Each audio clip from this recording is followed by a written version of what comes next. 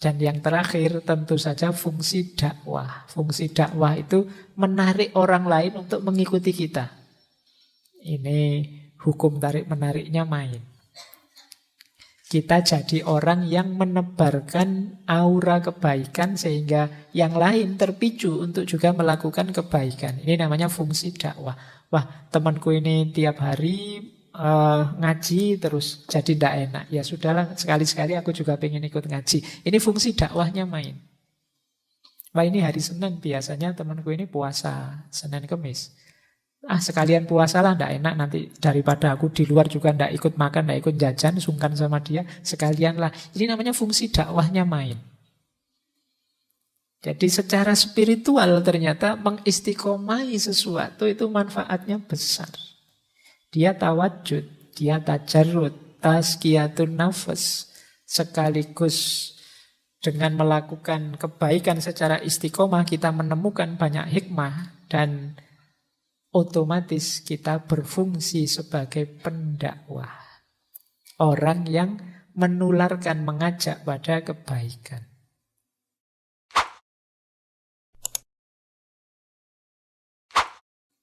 Orang itu kalau mengistiqomai kebaikan, maka kebaikan yang dia istiqomai itu paling tidak akan berfungsi 5 secara spiritual.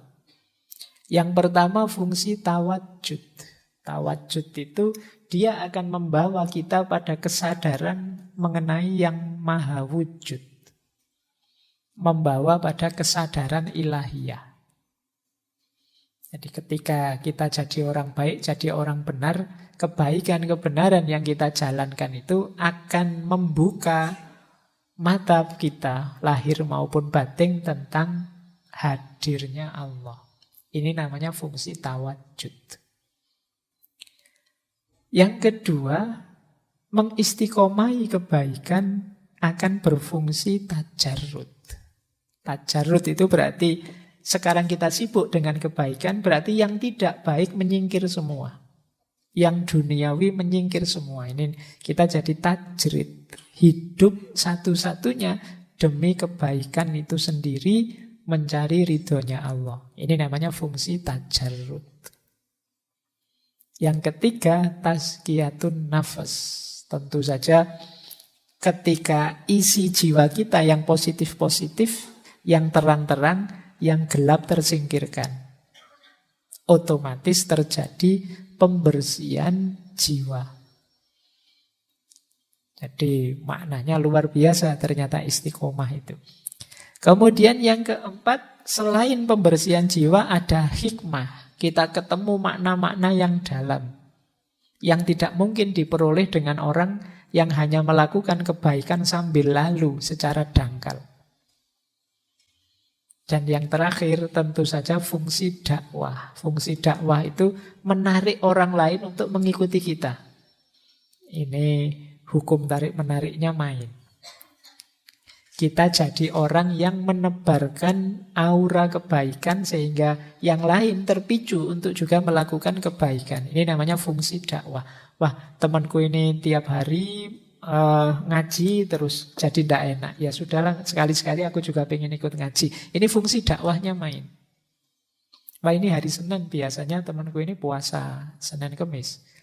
Sekalian puasalah, tidak enak nanti daripada aku di luar juga tidak ikut makan, tidak ikut jajan, sungkan sama dia, sekalianlah. Ini namanya fungsi dakwahnya main. Jadi secara spiritual ternyata mengistiqomai sesuatu itu manfaatnya besar. Dia tawajud, dia tajarrud, tazkiyatun nafas, sekaligus dengan melakukan kebaikan secara istiqomah kita menemukan banyak hikmah dan otomatis kita berfungsi sebagai pendakwah.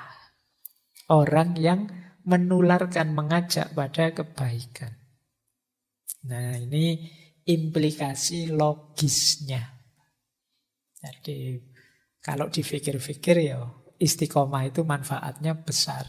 Baik untuk pikiran, perbuatan maupun dimensi spiritual hidup kita. Nah, ini ada tips dari Syekh Ibnu Qayyim al-Jauzi di kitab Madarijus Salikin. Untuk kita bisa melahirkan jiwa istiqomah, itu yang pertama, mari melakukan kebaikan secara optimal. Jadi rumusnya 3. Optimal, moderat, dan ilmu. Jadi optimal itu berarti apa? Berikan yang terbaik yang kita mampu. Jadi tidak usah tanya, Pak, saya bisanya, pokoknya lakukan sebaik yang kita mampu, itu saja. Mungkin ya belum sempurna, tapi itulah yang bisa kita berikan, yang bisa kita lakukan. Ini namanya optimal. Jadi itu kunci pertama yang membuat jiwa kita bisa istiqomah.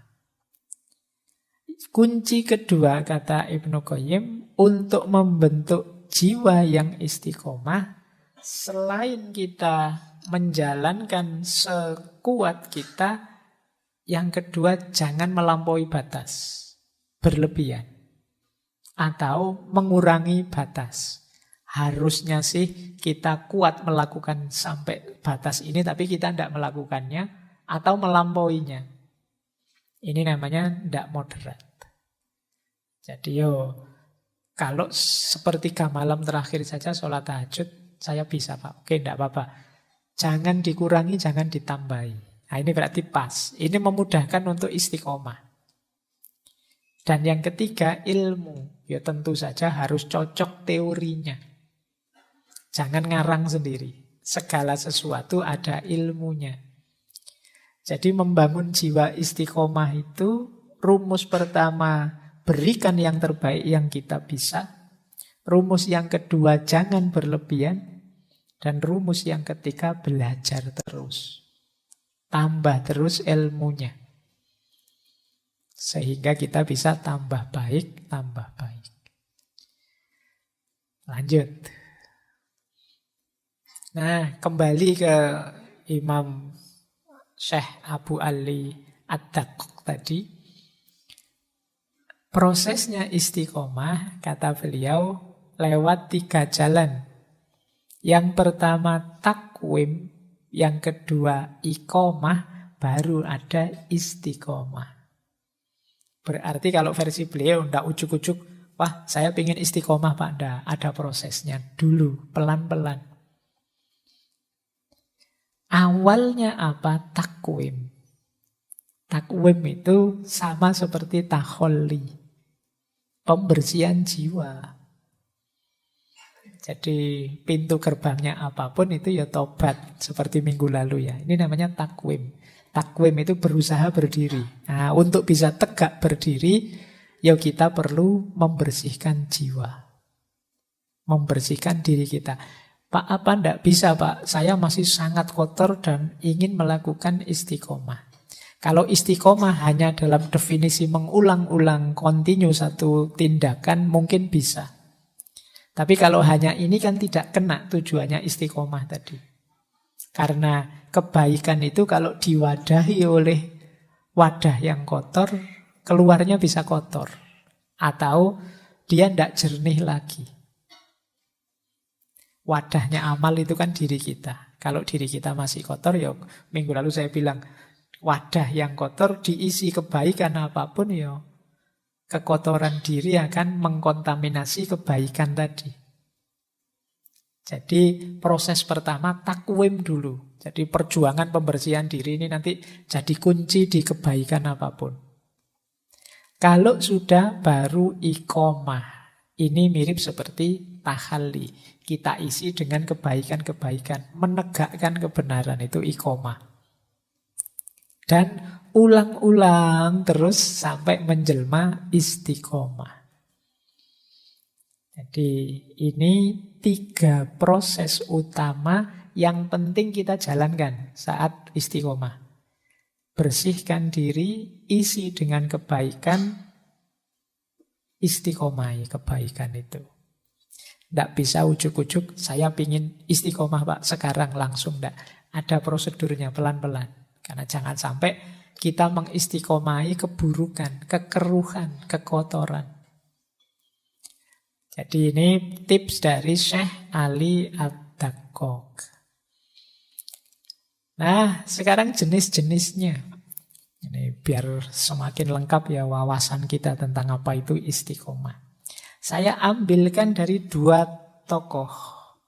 Yang pertama dari Syekh Ibnu Qayyim al-Jauziyah dan yang kedua dari Syekh Abu Sa'id al-Khodimi. Ini agak mirip sebenarnya tapi cara menjelaskannya berbeda. Istiqomah jenis pertama kata Ibnu Qayyim itu istiqomah dalam perkataan. Ini yang sering kita sebut konsisten. Tadi bilang apa, sekarang tetap akan bilang itu juga. Karena dia mantep dalam kebenaran. Tidak, apa kalau orang Jawa punya istilah, esok tempe, sore dele. Tadi ngomong apa, sekarang ngomong apa. Sesuai kepentingannya. Tidak, kalau orang istiqomah itu karena dia yakin dengan kebenarannya, tadi begitu, sekarang juga begitu. Jadi sesuai dengan kebenaran yang dia yakini. Dia tidak mencela-mencela hanya karena ada kepentingan. Kalau ada yang kayak gini berarti orang ini tidak istiqomah dengan kebenarannya. Khususnya istiqomah dalam hal perkataan. Misalnya ada orang yang tidak dikenal terus melakukan kejahatan, dia keras sekali. Wah itu jahat, itu salah, itu masuk neraka. Begitu temannya yang melakukan, tidak berani keras lagi. Nah ini berarti tidak istiqomah. Tidak tegas. Karena yang melakukan temannya. Yang kedua istiqomah dalam perbuatan. Ya kalau ini ya yang normal ya. Yang tadi mantap melakukan sesuatu pekerjaan. Yang ketiga istiqomah dalam sikap. Teguh dalam sikap. Jadi sikap ini ya mental. Situasi batinnya. Awalnya beriman, ya untuk selanjutnya memedomani keimanan. Ini namanya teguh dalam sikap batinnya. Yang terakhir istiqomah dalam niat.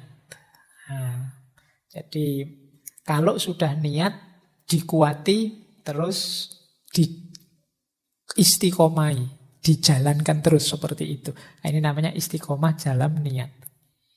Saya niat Pak, bulan ini saya mau rajin ikut ngaji terus misalnya. Ini niat. Besok kok kita jalankan benar, niatnya hidup terus. Ini namanya istiqomah dalam niat. Terus niat ini dikatakan, dibunyikan. Pak, saya janji bulan ini ngaji terus. Minggu depan ditanya begitu, jawabannya sama. Saya tetap bulan ini ingin ngaji terus Pak. Ini istiqomah dalam perkataan. Kemantapan hati untuk terus ngaji bulan ini namanya istiqomah dalam sikap. Tiap malam Kamis hadir ke sini, ini namanya istiqomah dalam perbuatan. Jadi tidak hanya perbuatan saja, ini yang tadi saya sebut koheren. Semua unsur diri kita istiqomah. Nah, ada lanjutannya jenis-jenis istiqomah. Ini agak berbeda meskipun kata-katanya sama. Yang pertama, kalau ini dari Abu Sa'id al-Khodimi. Yang pertama istiqomah dalam perkataan.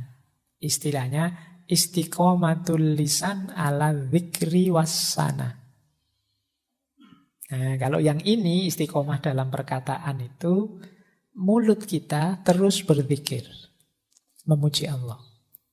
Nah, pokoknya tidak berhenti-berhenti. Subhanallah, subhanallah, alhamdulillah. Terus begitu. Ini namanya istiqomah perkataan.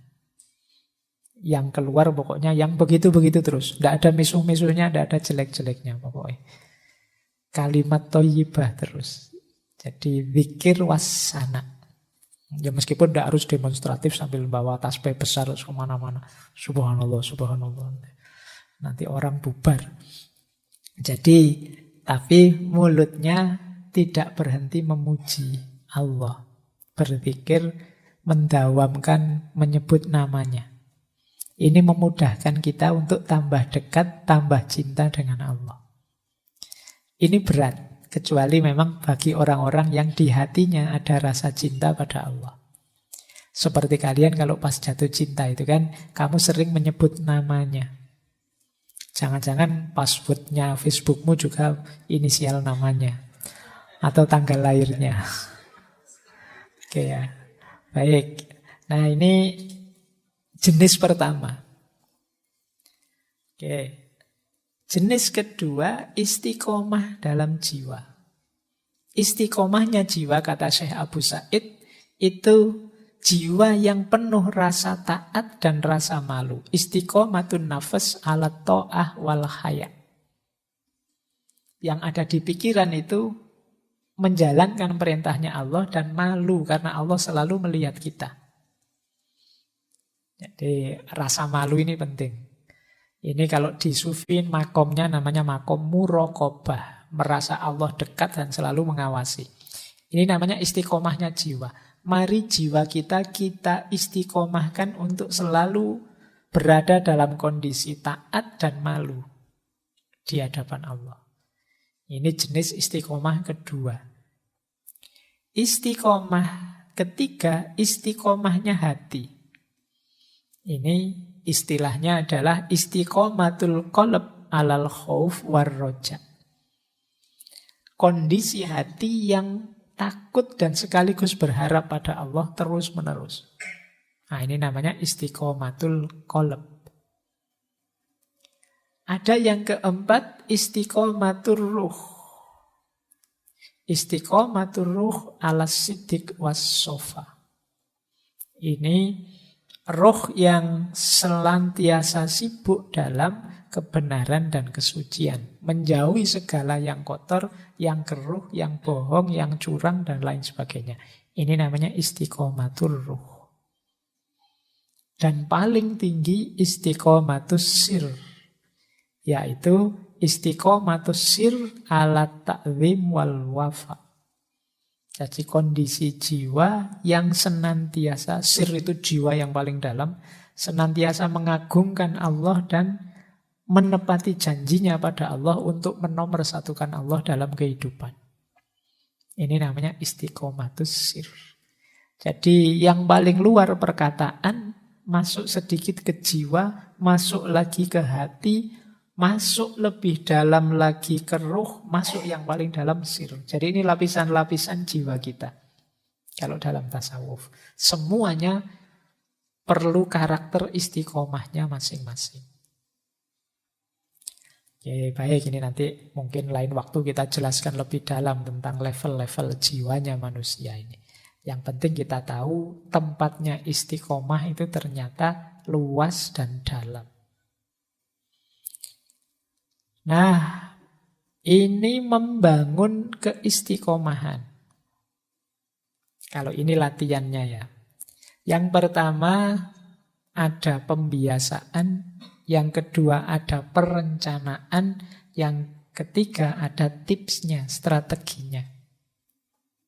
Untuk bisa istiqomah kita perlu membiasakan yang pertama penguasaan diri. Ini tidak gampang sebenarnya penguasaan diri. Kita itu biasanya lebih dikuasai oleh diri kita, bukan kita yang menguasai diri kita. Kita sulit mengontrol nafsu, kita sulit mengontrol ambisi, kita sulit mengontrol keinginan, itu berarti kita tidak mampu menguasai diri. Perintah kita pada diri kita tidak ampuh, itu menunjukkan kita tidak menguasai diri. Wahai diriku, mbok ya kamu itu rajin ngaji. Kok tidak ampuh? Itu berarti kita belum menguasai diri. Wahai diriku, mbok kamu itu jadi orang baik kayak yang di TV-TV itu loh misalnya. Kok tidak jalan? Berarti kita belum menguasai diri. Berarti menyuruh istiqomah pun tidak akan dituruti oleh diri kita. Maka ayo latihan menguasai diri. Jadi sepenuhnya apa yang kita lakukan itu kita yang memerintahkan. Yang kedua sabar. Tidak mungkin orang bisa istiqomah kalau tidak sabar. Segala sesuatu ada prosesnya. Mari kita istiqomahi. Syaratnya istiqomah itu sabar. Diulang-ulang sampai mencapai keutuhannya. Yang ketiga, orang tidak mungkin istiqomah kalau dia tidak punya keberanian untuk memulai. Kalau tidak berani mulai, apa yang mau diistiqomahi? Mulai saja tidak berani. Yang keempat, tidak menunda. Mungkin ini penyakit kita ya kadang-kadang. Tahu sih ini penting, ini baik. Nanti dulu lah Pak. Nanti loh Pak setelah UAS ini loh Pak, saya mau istiqomah. Nanti UAS-nya datang, selesai UAS, sebentar lah Pak, liburan dulu. Masuk ya langsungan begitu. Ya kan ada jedanya sebentar lah. Nanti liburannya habis, ini ada tugas lagi ya Pak, saya harus sibuk ini lagi. Nanti lah Pak kalau tugasnya selesai. Terus bulan puasa, wah sudah puasa ya Pak, ya, nanti lah ini puasa-puasa kan berat Pak, nambah-nambah amal puasa saja sudah berat. Nanti Idul Fitri juga begitu, wah ini masih syukuran Pak, Idul Fitri, masa enggak toleran Pak, ya nanti lah Pak. Jadi enggak mulai-mulai kamu cari alasan terus, menunda-nunda, enggak jadi istiqomah. Oh alasan itu yo bisa saja kok dicari. Kalau kamu memang enggak mau, kalau kamu memang mau, bisa juga cari alasannya. Maka kalau bisa ya jangan ditunda. Yang kelima, optimis. Optimislah bahwa kamu akan berhasil dalam istiqomahmu. Kalau kamu pesimis tidak ada gunanya. Terus rencanakan. Untuk merencanakan yang pertama kamu harus tahu ilmunya. Belajar. Jangan ngawur merencanakannya. Saya mau mengistiqomai ini, mengistiqomai itu, ya harus tahu ilmunya, apa yang harus diistiqomai. Yang kedua, dalam perencanaan, targetkan hal-hal yang memang realistis untuk kapasitas kita. Jangan membaca cerita-ceritanya para sufi.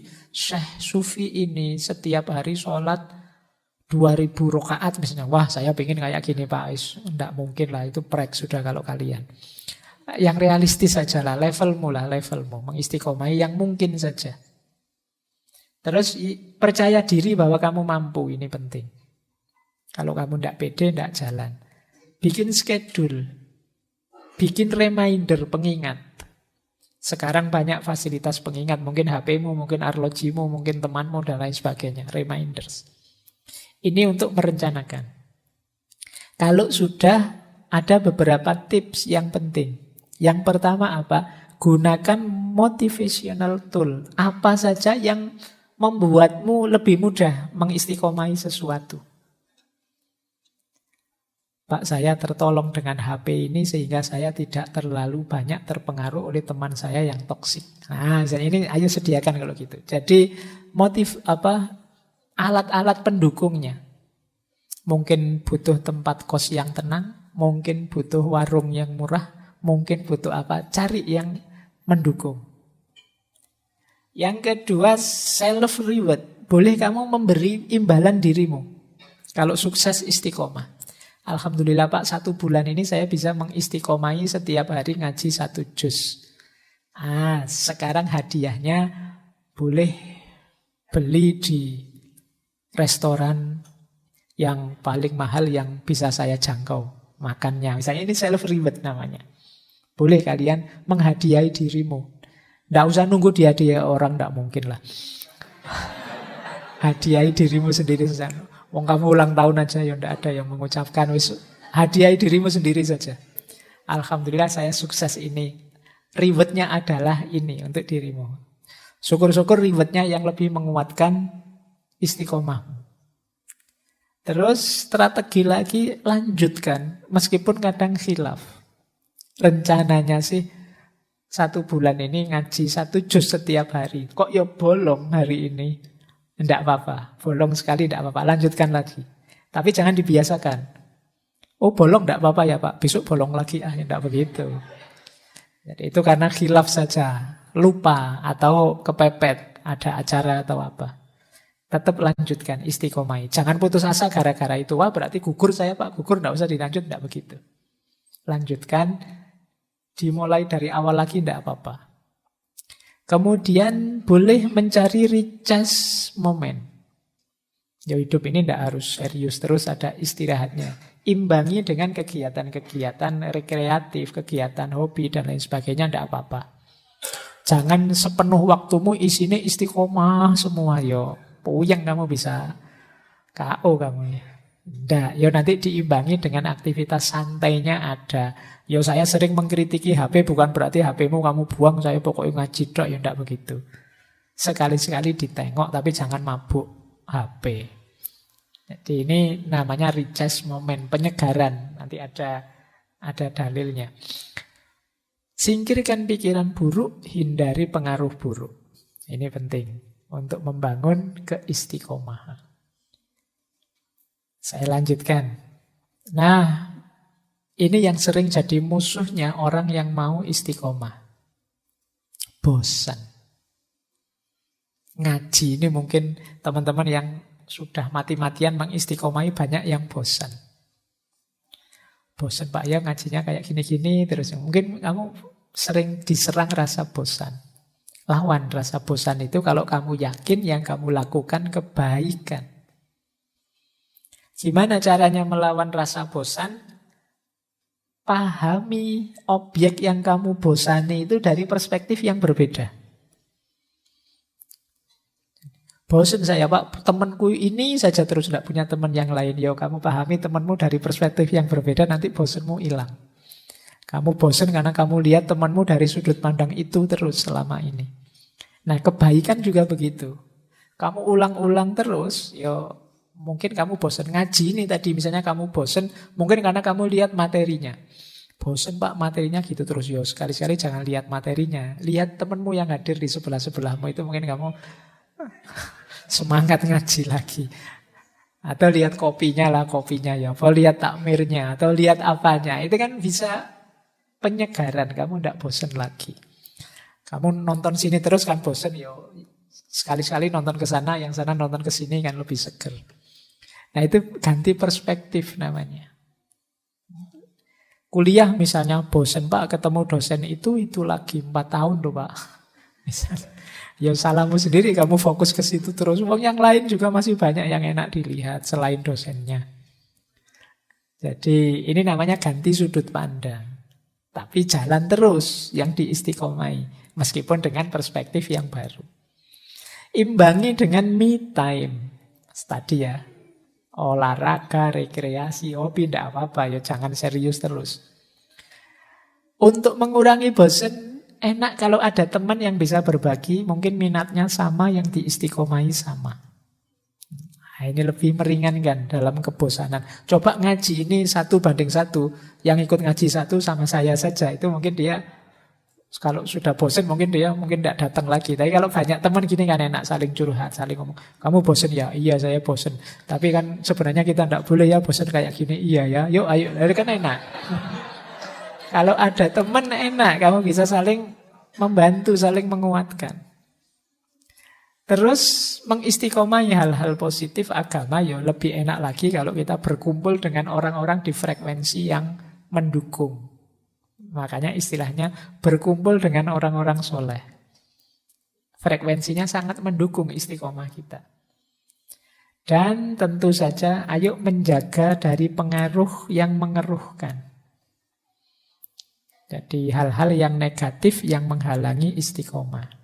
Terakhir tentu saja berdoa. Ini yang bisa mengatasi rasa bosan kita. Ini contoh doa ya. Ini doanya aulia dulu pernah kita bahas. Syekh Hasan Al-Basri. Ini doa dari beliau meminta istiqomah. Allahumma anta rabbuna farzuqnal istiqomah. Ya Allah, Engkau Tuhan kami, maka berilah kami rezeki dalam bentuk istiqomah. Nah ini kalau wali ya yang diminta ini. Kalau kalian kan minta nilai, minta kaya, minta jodoh. Kalau ulama mintanya istiqomah. Karena beliau tahu pentingnya istiqomah. Maka meminta istiqomah. Lanjut, saya loncati ya. Ini ada contoh ilustrasi hadis tadi loh, bahwa hidup ini jangan kaku terus.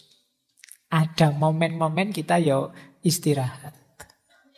Ini hadis ini ada, ini boleh dicari di Sahih Muslim.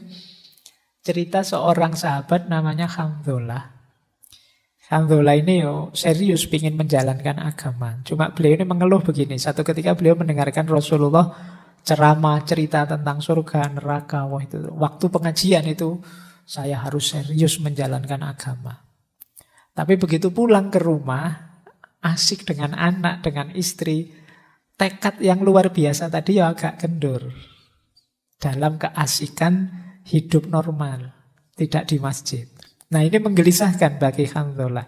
Terus dia mengadu. Pertama dia ketemu Abu Bakar. Wahai Abu Bakar, saya kok merasa begini ya.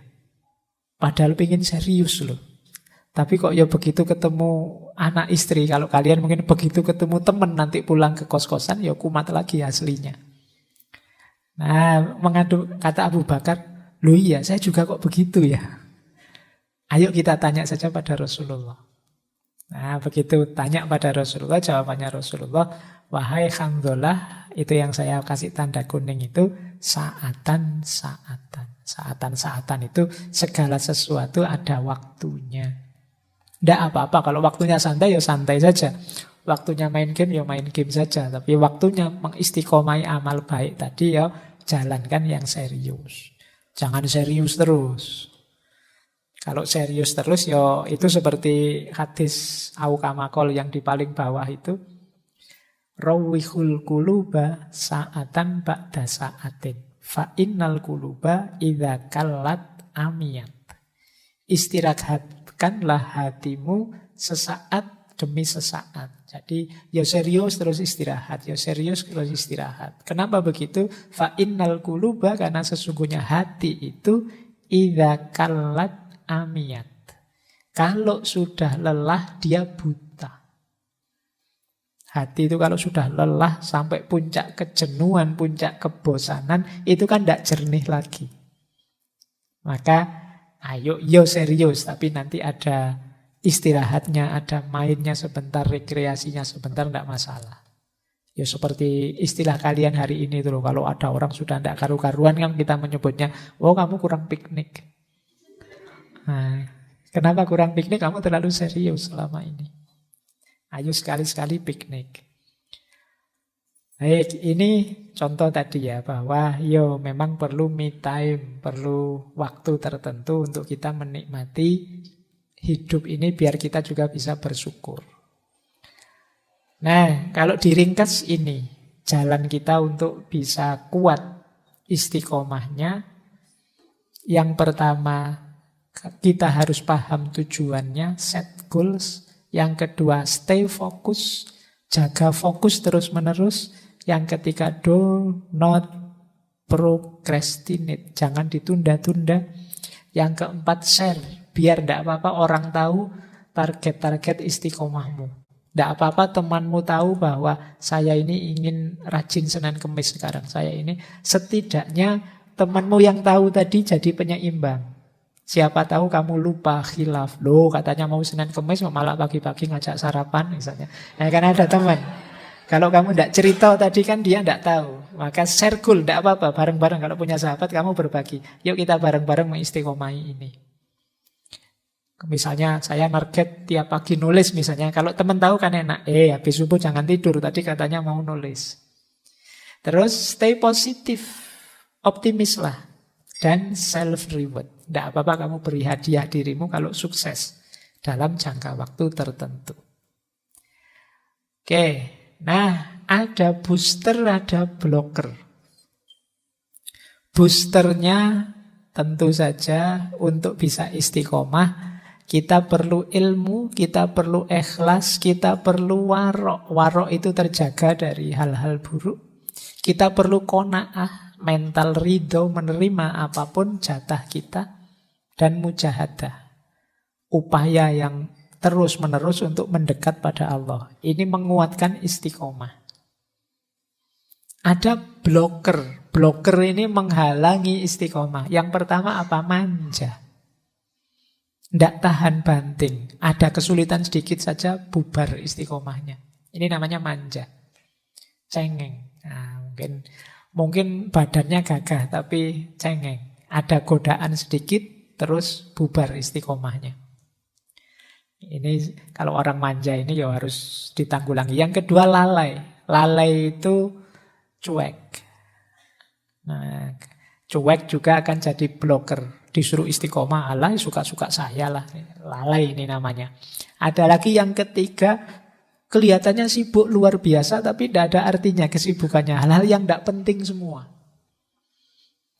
Jadi Nah, ini banyak teman-teman mungkin coba dicek ya. Mungkin banyak kesibukan kita, yo sibuk sih. Mau diajak ini, wah enggak bisa saya sibuk, enggak bisa saya sibuk. Sibukmu apa? Ini loh, sudah mau naik level gameku ini terus-terusan. Ah ini coba deh, jangan-jangan waktu kita habis untuk hal yang enggak penting. Ya.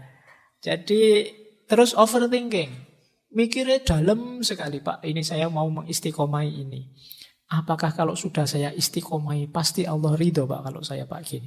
Seandainya istiqomah saya tidak diterima, jangan-jangan malah saya sia-sia juga. Mikirnya dowo, orang melaku-melaku. Overthinking. Nah, ini juga akan jadi blocker. Dan tentu saja akan jadi blocker istiqomah kita, dosa dan maksiat. Dosa dan kemaksiatan akan menghalangi kita untuk bisa istiqomah, menggelapkan hati. Tadi sudah dijelaskan kalau hati yang gelap tidak bisa diisi dengan kebaikan. Ingat-ingat, kalau bisa mari mengistiqomai perbaikan, tidak sekedar kebaikan.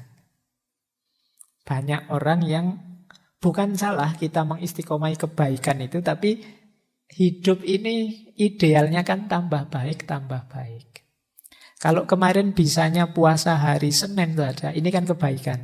Besok saya bisa Senin dan Kamis. Ini namanya perbaikan. Yang seperti ini jangan dituding, wah kamu tidak istiqomah. Kalau Senin ya Senin saja terus. Enggak.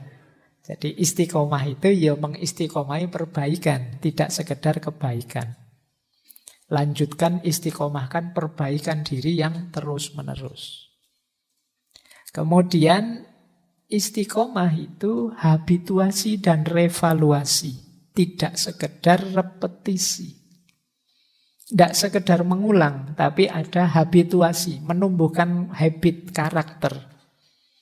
Sehingga mengakar mendalam dalam dirimu. Berarti apa? Laksanakan secara serius mendalam, sehingga jadi karakter. Jangan dangkal saja, iseng saja, tidak serius. Itu mungkin kelihatannya istiqomah, tapi sebenarnya cuma mengulang saja. Repetisi dan revaluasi, belajar terus dinilai terus perbuatanmu. Apa memang pas begitu?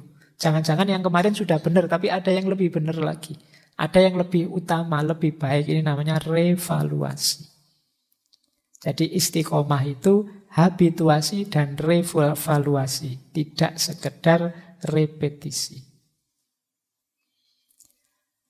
Nah, terakhir saya tutup dengan cerita. Ini cerita Syekh Abdul Qadir Jailani. Ini pengantar untuk minggu depan.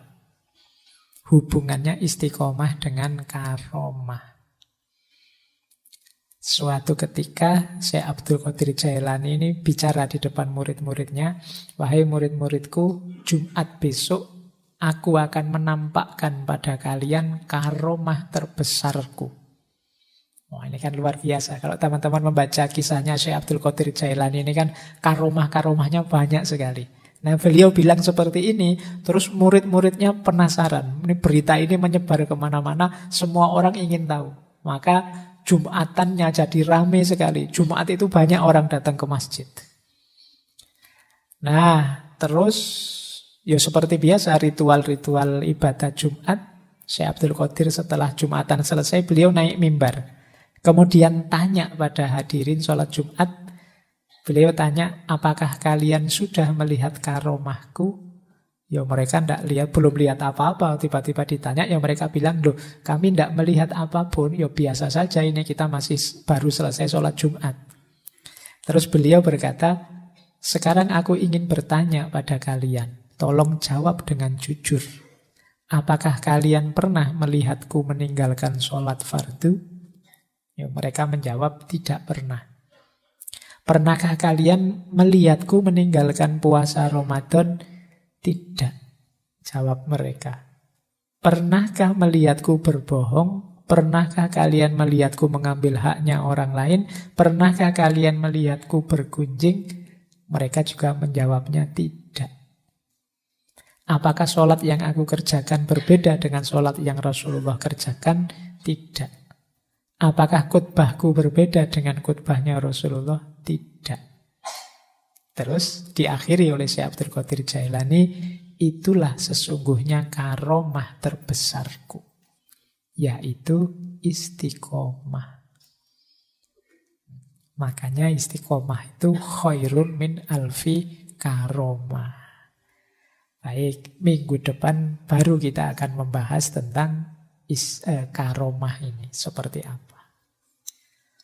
Oke ya teman-teman, saya kira itu untuk malam hari ini. Mungkin yang saya sampaikan malam hari ini sebagian besar teman-teman sudah tahu. Sejak dulu bahkan tahunya. Yang belum itu prakteknya. Ya, maka yuk setelah ini, yuk pelan-pelan, bertahap, diawali dari yang paling mudah, yang paling mungkin kita jangkau. Kemudian juga seperti dawuhnya Rasulullah tadi, saatan-saatan. Jangan ambisius. Pelan-pelan dan semoga tambah lama, tambah baik, tambah baik. Baik, saya akhiri sekian untuk malam hari ini. Kurang lebihnya mohon maaf. Wallahul muwaffiq, wallahu a'lamu bissawab. Wassalamualaikum warahmatullahi wabarakatuh.